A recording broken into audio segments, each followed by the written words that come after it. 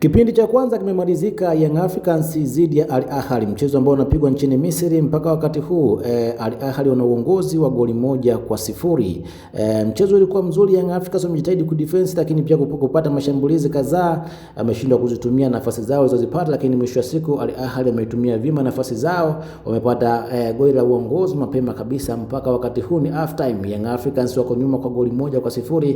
Bila shaka wana nafasi ya kupata goli kwa sababu wanapata mashambulizi kadhaa, lakini wameshindwa tu kuyatumia.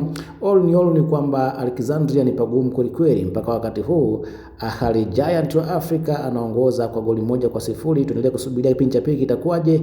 Young Africans watarudi kivingine, lakini kumbuka Pacome Zouzoua yuko nje, bado hajaingia. Kama ataingia Pacome, basi atakwenda kubadilisha mchezo kwa namna moja ama nyingine, aidha Young Africans waweze kupata hata goli moja la kusawazisha ili waweze kutoka sare, lakini yote kwa yote mpaka wakati huu Yanga wako nyuma kwa goli 1-0. Nikukumbusha mwanafamilia wa Mam Media, kama ni mara ya kwanza usisahau kusubscribe, ku like, kushare na comment ili wa kwanza kuzipata taarifa zetu za michezo na burudani kwa urahisi zaidi hapa kwenye channel yako pendwa ya Mam Media.